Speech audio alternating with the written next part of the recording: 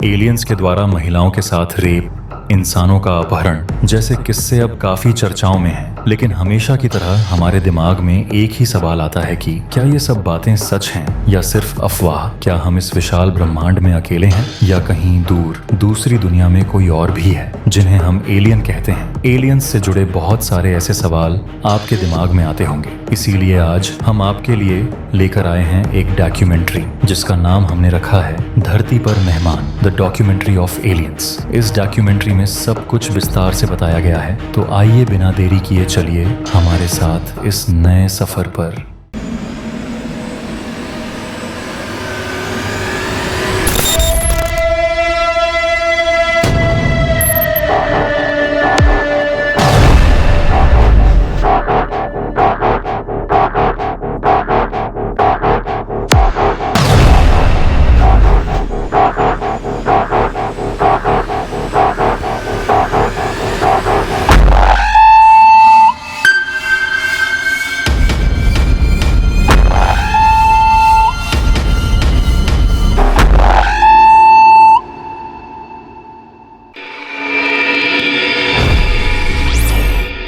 Aliens का मतलब है ऐसे जीव जो पृथ्वी के बाहर किसी अन्य ग्रह या आकाशीय पिंड पर रहते हैं। यह विषय विज्ञान, कल्पना और दर्शन का मिला जुला रूप है। आइए इसे विस्तार से समझते हैं। एलियंस को एक्स्ट्रा टेरेस्ट्रियल लाइफ भी कहा जाता है। ये वे जीव हो सकते हैं जो पृथ्वी जैसे ग्रह पर या किसी अन्य वातावरण में विकसित हुए हों। इनका स्वरूप और जीवन का तरीका पृथ्वी के जीवों से पूरी तरह अलग हो सकता है। एलियंस का स्वरूप कल्पना पर आधारित है क्योंकि अभी तक इनके वास्तविक रूप का कोई प्रमाण नहीं है। कुछ लोग इन्हें छोटे शरीर, बड़े सिर और तिरछी आंखों वाला मानते हैं, तो वहीं कुछ वैज्ञानिक मानते हैं कि वे माइक्रोस्कोपिक जीवाणु यानी कि साइज में बहुत ज्यादा छोटे हो सकते हैं, जिन्हें केवल माइक्रोस्कोप से ही देखा जा सकता है। ब्रह्मांड में कई ऐसे ग्रह और चंद्रमा हो सकते हैं जहां जीवन जीने के लिए जरूरी तत्व जैसे पानी और ऊर्जा मौजूद हैं। वहां पर इनका बसेरा हो सकता है। यूएफओ का मतलब है अनआइडेंटिफाइड फ्लाइंग ऑब्जेक्ट, यानी ऐसा कोई भी उड़ने वाला चीज जो आसमान में दिखे और जिसकी पहचान ना की जा सके। ये वस्तुएं ना तो किसी ज्ञात विमान, हेलीकॉप्टर या ड्रोन जैसी होती हैं और ना ही प्राकृतिक घटनाओं से जुड़ी होती हैं। यूएफओ को अक्सर एलियंस से जोड़कर ही देखा जाता है। इस यूएफओ द्वारा अपहरण से जुड़ी एक बहुत ही ज्यादा फेमस कहानी है, या फिर इसे एक घटना भी कह सकते हैं। दरअसल यूएफओ से जुड़े सबसे प्रसिद्ध अपहरण के मामलों में से एक है बेट्टी और बार्नी हिल की कहानी। 19 सितंबर 1961 रात के समय बेट्टी और उनके पति बार्नी हिल एक लंबी यात्रा के बाद कार से घर लौट रहे थे। न्यू हैम्पशायर के घने जंगलों के पास वे एक अजीब चमकीली रोशनी देखते हैं। उन्होंने देखा कि रोशनी धीरे धीरे उनकी कार की तरफ बढ़ रही थी। बार्नी ने दूरबीन से देखा कि यह एक उड़न तस्तरी यूएफओ जैसा लग रहा था, जिसमें खिड़कियां भी थीं। खिड़कियों के पीछे उन्होंने छोटे कद के जीवों को भी देखा। डर के मारे वे अपनी कार से भागने की कोशिश भी करते हैं और बाज की तरह यूएफओ उन पर झपट पड़ता है। जब वे अपनी यात्रा जारी रखते हैं तो अचानक उन्हें एहसास होता है कि लगभग 2 घंटे का समय गायब हो गया है। इस दौरान उन्हें कुछ भी याद नहीं रहता। घर पहुंचने के बाद उन्होंने देखा कि उनके कपड़ों पर अजीब निशान थे और उनकी घड़ी बंद हो चुकी थी। घटना के कुछ हफ्तों बाद बेट्टी को लगातार सपने आने लगे, जिनमें उन्होंने एलियंस के बारे में अजीब अनुभव देखे। सपनों में जो देखा, उन्होंने बताया कि छोटे छोटे गिरे रंग के जीव उन्हें एक बड़े यूएफओ में ले गए थे। उन्हें अजीब उपकरणों से स्कैन किया गया। एलियंस ने उनके खून और त्वचा के भी नमूने लिए और बाद में उन्हें हिप्नोटिक रिग्रेशन यानी कि याददाश्त गायब करने की प्रक्रिया से गुजारा गया। इस प्रक्रिया में दोनों ने अलग अलग लेकिन एक जैसी ही कहानी बताई। उन्होंने एलियंस के रूप के बारे में भी बहुत कुछ बताया।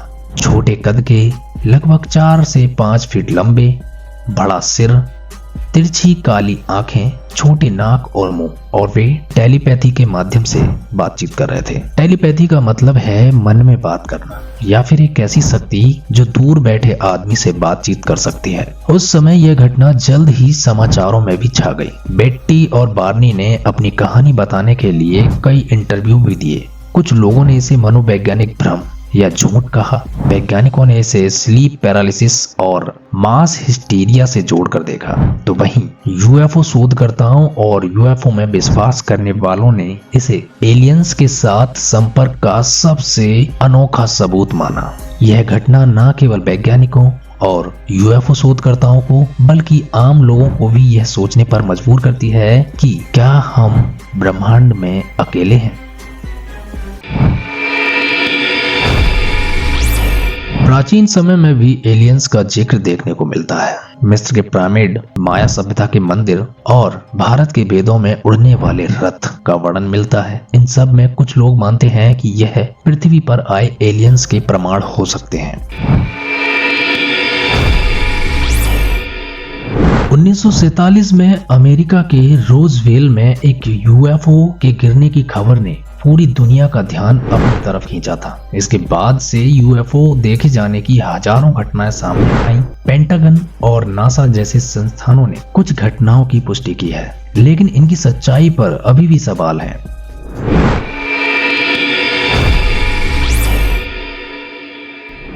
आज वैज्ञानिक एलियंस के अस्तित्व की खोज में लगातार प्रयास कर रहे हैं। वैज्ञानिक ब्रह्मांड से आने वाले रेडियो सिग्नल्स को डिकोड करने की कोशिश कर रहे हैं। नासा के रोवर्स ने मंगल पर पानी और सूक्ष्म जीवों के संकेत खोजने की कोशिश भी की है। ब्रह्मांड के दूरस्थ ग्रहों और तारों की खोज यह समझने के लिए की जा रही है कि वहां जीवन संभव है या नहीं। दोस्तों, एलियंस को लेकर कई साजिशें और कहानियां भी चलती रहती हैं। कुछ लोग दावा करते हैं कि उन्हें एलियंस ने अपहरण किया। कुछ का मानना है कि सरकारें एलियंस के अस्तित्व को छिपा रही हैं। कई बार अमेरिका पर इल्जाम लगाए जाते हैं कि एरिया 51 में एलियंस को रखा गया है। एरिया 51 की बात हम वीडियो के अंत में भी विस्तार से करेंगे। वैज्ञानिक मानते हैं कि अगर एलियंस हैं तो वे हमसे काफी अलग दिख सकते हैं। ब्रह्मांड इतना बड़ा है कि उसमें जीवन का होना संभव है। हाल ही में भारत के राजस्थान और कच्छ में एलियंस जैसी आकृतियों की खबरें मिली हैं और इंटरनेट पर भी इसका वीडियो काफी तेजी से वायरल हो रहा था।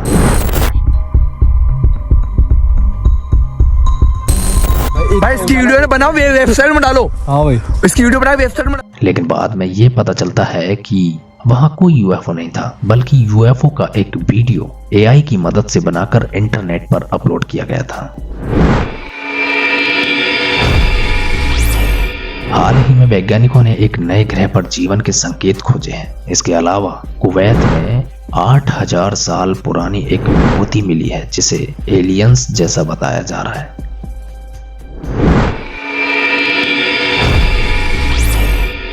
एलियंस का अस्तित्व अभी तक एक रहस्य है, लेकिन यह कल्पना हमें ये सोचने पर मजबूर करती है कि एलियंस की दुनिया कितनी अद्भुत और अनोखी हो सकती है। लेकिन एक बात तो साफ है, इस अद्भुत ब्रह्मांड में कुछ तो ऐसा है जो अभी भी हमारी समझ से बाहर है।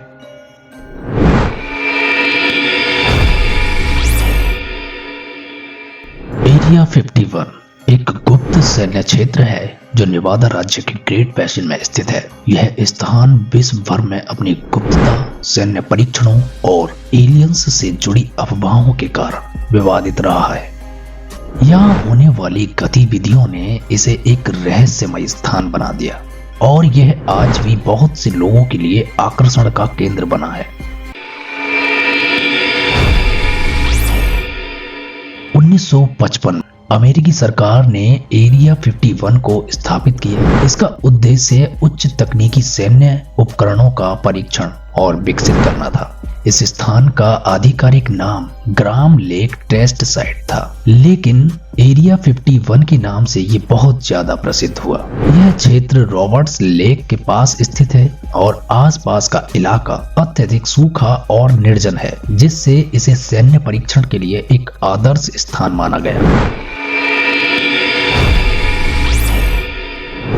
1947 रोजवेल घटना के बाद एरिया 51 को एलियंस और यूएफओ से जोड़कर देखा जाने लगा। कहा जाता है कि रोजवेल में दुर्घटनाग्रस्त एक उड़न तस्तरी के मलबे को एरिया 51 में ले जाया गया था। इसके बाद कई अफवाहें और साजिश के सिद्धांत सामने आए, जिनमें यह दावा किया गया कि एरिया 51 में एलियंस के शवों पर शोध और यूएफओ तकनीक पर काम हो रहा है। गवाहों के अनुसार वहां एक गुप्त कार्यक्रम चलाया जा रहा था, जिसमें एलियंस के प्रौद्योगिकी और तकनीकी उपकरणों का अध्ययन किया जा रहा था। बहुत से साजिश सिद्धांतकारियों का कहना है कि एरिया 51 में शोध और परीक्षणों के दौरान स्टारगेट जैसे यात्रा के दरवाजों या टाइम ट्रेवलर की तकनीकों पर भी काम किया जा रहा है। 1989 में जोशुआ एंगेल ने यह दावा किया कि वह एरिया 51 में एक तकनीकी विशेषज्ञ के रूप में काम करता था। उन्होंने बताया कि उन्होंने वहां एलियंस के शवों को देखा और उन पर चल रहे शोध को लेकर चौंकाने वाले बयान दिए। क्या कभी वह दिन आएगा जब हम एलियंस से मिलेंगे? यह सवाल भविष्य के गर्भ में छिपा है और इसे भविष्य पर ही छोड़ देना चाहिए। तो दोस्तों, आपका इस यात्रा में हमारे साथ होने के लिए धन्यवाद। अगर आपको यह डॉक्यूमेंट्री पसंद आई हो तो कृपया लाइक और सब्सक्राइब जरूर करें, ताकि हम और भी रोमांचक और रहस्यमय विषयों के बारे में आपके लिए वीडियो लेकर आ सकें। धन्यवाद और ब्रह्मांड के इन रहस्यों को खोजते रहिए।